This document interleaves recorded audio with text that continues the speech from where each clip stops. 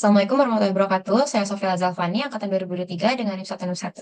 Saya akan mempresentasikan tentang tata kelola TI di Divisi Informasi Teknologi PT Telkom, dan fokus utama kami adalah penerapan COVID 2019 untuk meningkatkan tata kelola teknologi informasi di perusahaan. PT Telkom Indonesia merupakan BUMN di bidang layanan TIK dan jaringan telekomunikasi. Seiring perkembangan pesat teknologi informasi, perusahaan ini menggunakan perangkat tata kelola TI COVID-4. Namun, untuk menyesuaikan kebutuhan terkini, kami merencanakan penerapan COVID 2019 yang merupakan revisi terbaru dengan proses tata kelola TI yang lebih relevan dan fleksibel. Tinjau usaha kami itu menggunakan COVID 2019. COVID 2019 menggunakan skala penilaian kapabilitas, proses berbasis Capability Maturity Model Integration atau CMMI. Setiap tingkatan kapabilitas dinilai menggunakan skala peringkat, yaitu not achieve, capaiannya 0% sampai 15%, partially achieve itu pencapaian 15 sampai 50%, largely achieve itu 50% sampai 85%, dan full achieve itu 85 sampai dengan 100%. COVID 2019 dipilih dalam penelitian ini karena sifatnya yang dinamis dan fleksibel, mampu menyesuaikan diri dengan kebutuhan perkembangan organisasi. Kalau metodologi itu ada sesuatu itu what are the drive, fase 2 itu where are we now, fase 3 where do we want to be, fase 4 itu what needs to be done. Kita masuk ke dalam metode penelitian. Di fase 1 kita meneliti dimulai dengan mengidentifikasi masalah. Setelah itu masuk ke fase 2, menentukan domain COVID. Setelah itu masuk fase ketiga, menganalisis kesenjangan antara kondisi. Masuk ke fase 4, itu hasil analisis kesenjangan. Setelah itu kita masuk ke hasil diskusi. Melalui analisis singkat, setelah itu kita masuk ke hasil diskusi. Melalui analisis tingkat kapabilitas proses, ditemukan bahwa domain BIE dan DSS saat ini berada di level 4, yang berarti proses sudah distandarisasi. Namun, ada beberapa rekomendasi untuk meningkatkan kapabilitas ke level 5, yaitu level tertinggi. Untuk domain DSS 02 dan DSS 03, diperlukan pengelolaan standar proses yang lebih terintegrasi. Untuk mendomain BAI 04 dan BII 06, dan lainnya diperlukan strategis inovasi teknologi dan perbaikan strategi inovasi teknologi dan perbaikan proses yang berkelanjutan. Dengan mengimplementasikan ini, PT Telkom dapat meningkatkan efisiensi dan efektivitas penggunaan TI untuk mendukung tujuan bisnis perusahaan. Selain itu, kesimpulan yang didapat, penelitian ini menunjukkan bahwa COVID 2019 adalah kerangka kerja dan fleksibel dan relevan untuk tata kelola TI, dengan fokus pada domain BII dan DS. Kesimpulan yang kita dapat itu penelitian ini menunjukkan bahwa COVID 2019 adalah kerangka kerja yang fleksibel dan relevan untuk tata kelola TI. Dengan fokus pada domain BAI dan DSS, model tata kelola ini dirancang untuk meningkatkan kapabilitas proses, mendukung tujuan bisnis PT Telkom, dan menyesuaikan diri dengan kebutuhan teknologi yang terus berkembang. Selanjutnya, saya akan menjelaskan tentang jurnal TAM dan UTAU.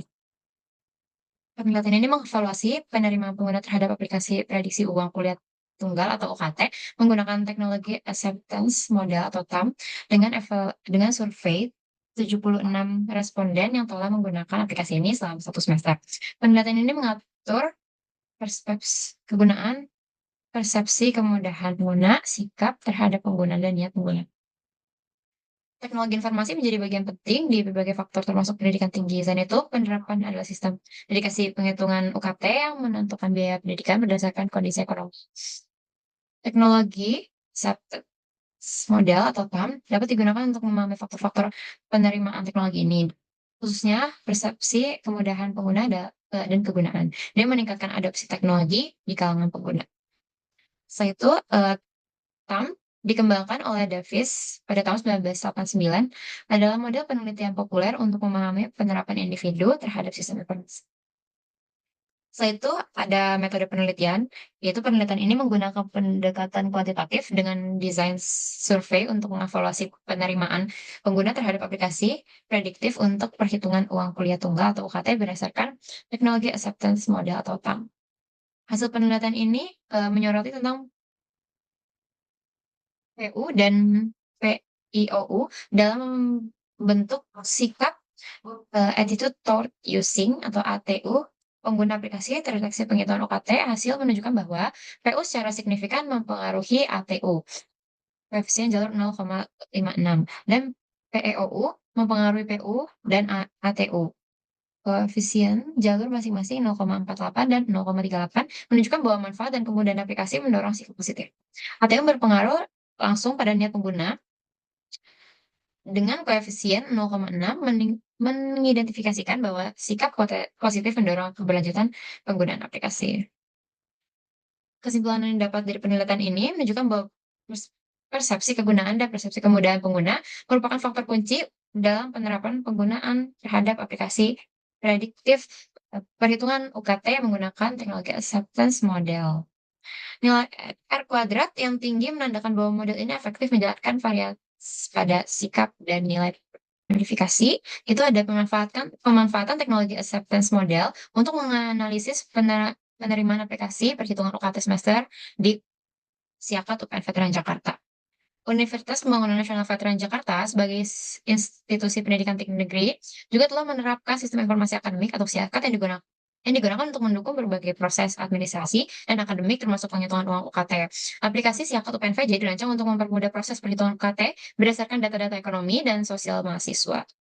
Hipotesis yang dapat itu ada H1, persepsi kemudahan pengguna memiliki pengaruh positif terhadap persepsi manfaat dalam menggunakan SIAKAT UPNVJ untuk menghitung UKT semester.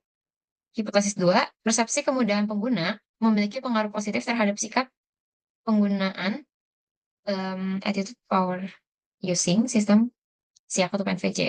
Satu, hipotesis ketiga, persepsi manfaat memiliki pengaruh positif terhadap sikap terhadap pengguna sistem SIAKAT UPNVJ. Hipotesis 4, sikap terhadap penggunaan attitude toward using memiliki pengaruh positif terhadap niat untuk menggunakan behavior intention to use aplikasi SIAKAT UPN Veteran Jakarta. Hipotesis 5, persepsi manfaat memiliki pengaruh positif terhadap niat untuk menggunakan sistem SIAKAT UPN Veteran Jakarta. Analisis data itu pengumpulan data awal, itu ada metode survei menggunakan kuesioner, metode wawancara melakukan wawancara. Dua itu ada demografi pengguna, menganalisis data awal tentang demografi pengguna seperti usia, fakultas, tahun angkatan, dan pengalaman pengguna teknologi. Ada rata-rata dan distribusi variabel menggunakan rata-rata dan distribusi persepsi menggunakan pengguna untuk setiap variabel. Satu ada 3, data pengguna SIAKAT, frekuensi dan intensitas penggunaan, menilai seberapa sering dan seberapa lama mahasiswa dan staf administrasi menggunakan SIAKAT. Fungsi yang paling sering digunakan, dan fitur apa saja yang paling banyak digunakan di dalam SIAKAT.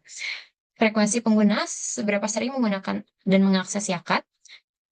Kepuasan pengguna, penilaian pengguna yaitu mahasiswa UPN Veteran Jakarta dan staf administrasi tentang kepuasan mereka terhadap SIAKAT.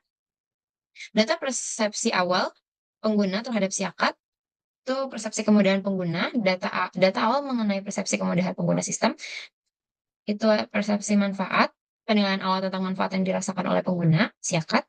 Kelima itu ada kendala dan tantangan, itu ada hambatan teknis, analisis potensi hambatan teknis seperti koneksi internet yang lambat, dan masalah perangkat ataupun aplikasi lainnya. Sikap dan preferensi pengguna mengumpulkan informasi awal terkait sikap pengguna terhadap sistem SIAKAT. Fitur, keterbatasan fitur yang ada seperti kurangnya personalisasi atau tidak adanya integrasi antara sistem SIAKAT dengan sistem lainnya. Keenam itu ada analisis lingkungan, sistem dan dukungan institusional. Dukungan teknis dan pelatihan mengevaluasi apakah UPNVJ menyediakan dukungan teknis. Kebijakan institusi menilai peran kebijakan UPNVJ dalam mendorong penggunaan SIAKAT. Yang ketujuh ada kondisi lingkungan dan infrastruktur teknologi. Ketersediaan infrastruktur, mengevaluasi infrastruktur yang ada itu ada di lingkungan kampus, misalnya seperti WiFi, laboratorium komputer, dan ruang belajar berbasis teknologi. Kesimpulan dari penerapan teknologi acceptance model atau TAM dalam menganalisis penerimaan aplikasi perhitungan UKT di SIAKAT UPN Veteran Jakarta menekankan pentingnya pemahaman mendalam tentang berbagai faktor yang mempengaruhi adopsi sistem ini. Analisis terhadap demografi pengguna, data pengguna, serta persepsi awal mengenai kemudahan dan manfaat SIAKAT memberikan wawasan yang krusial tentang bagaimana mahasiswa dan staf berinteraksi dengan sistem. Dengan mengevaluasi pengalaman pengguna dan mengenali kendala teknis yang mungkin muncul, seperti misalnya koneksi internet atau kendala login, serta dukungan institusi, Yang tersedia termasuk program pelatihan, kebijakan yang ada di UPN Veteran Jakarta, dapat merumuskan langkah-langkah strategis yang lebih efektif untuk meningkatkan penerimaan aplikasi ini. Sekian presentasi untuk Tamdan Utaut saya. Kurang lebihnya mohon maaf. Terima kasih telah mendengarkan. Assalamualaikum warahmatullahi wabarakatuh.